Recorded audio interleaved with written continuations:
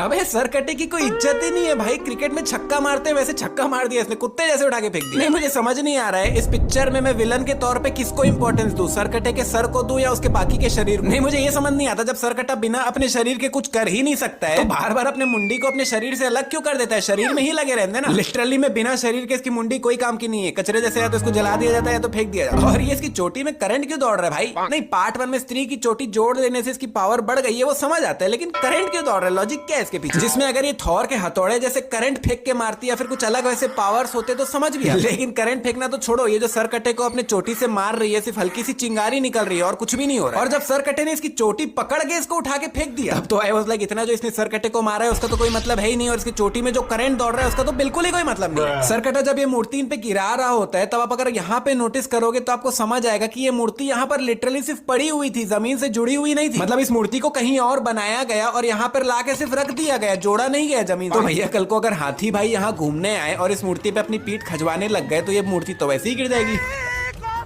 नहीं मतलब थोड़ा भी ज्यादा प्रेशर